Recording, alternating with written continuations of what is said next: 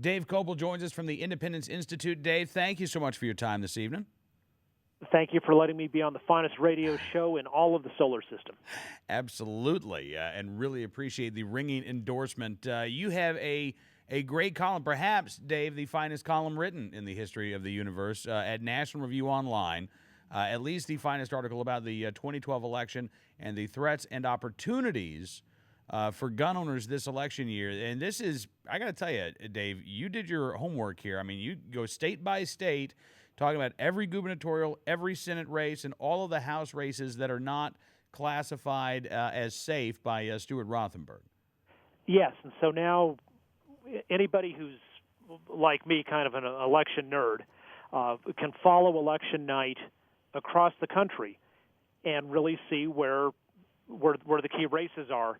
And it also means, hopefully, that in these 10 days we've got left, that people will see where they have the opportunity to volunteer and perhaps really make a difference.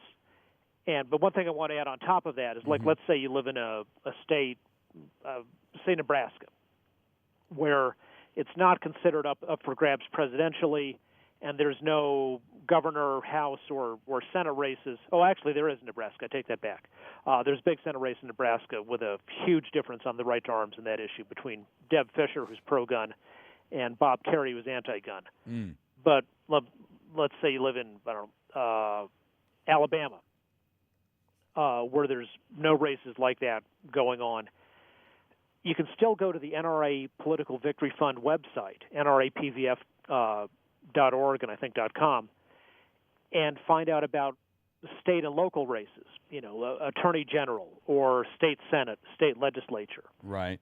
And those will key you in as to where the important races with a significant difference between two candidates on the gun issue, where you can volunteer.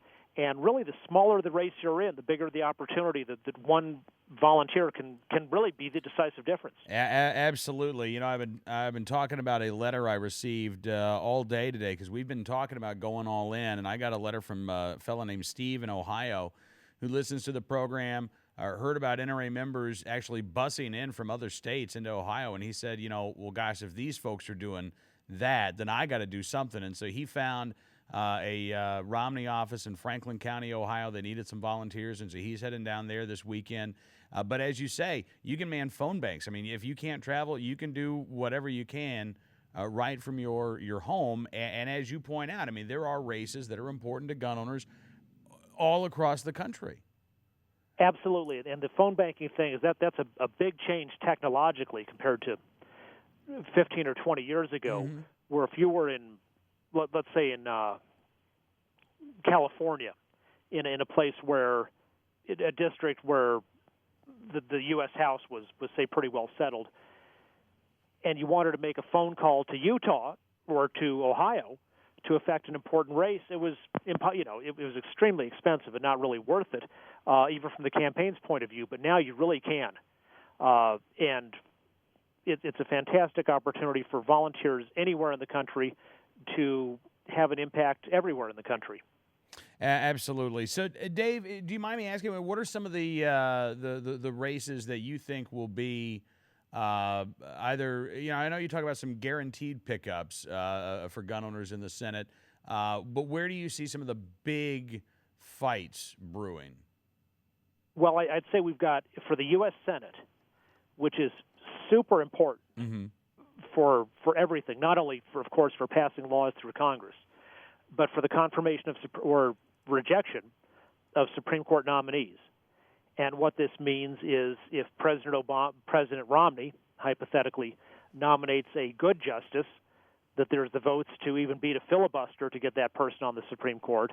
And on the other side, if President Obama nominates a third anti-Second Amendment justice, that there could be the votes in the Senate to defeat it. And that's likewise very important on the lower courts, which an article I have in the current issue of America's First Freedom talks about the lower courts and how important those are. And so having a president who will nominate the right lower court judges is very important, but you need then a Senate that will either confirm the good ones or block the bad ones, as the recent Senate has done on a couple of Obama's two most anti-gun lower court appointments. So we've got 4 states where we currently have somebody in office or seeking to replace somebody of the same party who's pretty good on guns, and somebody on the other side who would be much worse. And those are Arizona, Massachusetts, Nevada, and Virginia. And so we've got Arizona, that's an open seat, but John Kyle was the very high in the Republican leadership in the Senate, major guy on our side, very close race for who's going to replace him. Massachusetts, Scott Brown, not as pro-gun as you or me, but way more pro-gun than Elizabeth Warren, who's running to replace him. Nevada, where we have a senator who was appointed to fill in the seat of somebody else who resigned, who was pro-gun. Again, a very close race between somebody who's solidly pro-gun and someone who's anti. And in Virginia, where Jim Webb, who was a pro-gun Democrat, is retiring, we've got a real major race between pro-gun Republican George Allen and anti-gun Democrat Tim Kaine. And so those are all 4 seats that are more or less on our side right now, which we could lose and go backwards.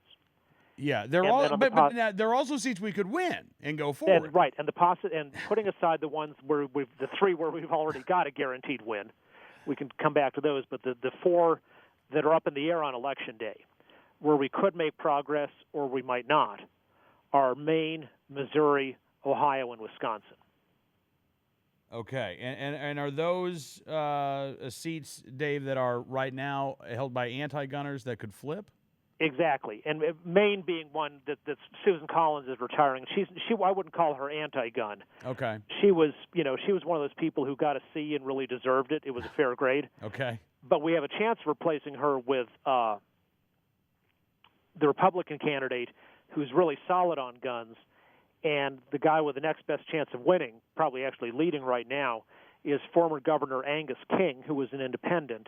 Right. And Michael Bloomberg is contributing heavily to his campaign. So that sort of tells you where he'd probably end up in the Senate on the gun issue. Yeah, it's interesting. Angus King has denied publicly talking about guns with Mayor Bloomberg, even though Bloomberg held a fundraiser for him in his home. I can't imagine, Dave, Bloomberg not bringing up the topic. King says it wasn't even. King says it wasn't even brought up, and that to me, how could Bloomberg not? I think you're right. I think that's one of those races where I know that NRA President David Keene actually was up in Maine endorsing the Republican candidate there because of his record on the Second Amendment. And you're right. I mean, that's all of these races. What's amazing, Dave? I mean, all of these races are winnable races for gun owners. That's right. In some, you could say the pro-gun candidate's ahead, and some you could say he's a little behind. But these are all 8 of these we just talked about are races where turnout can make a huge difference, and will make the difference.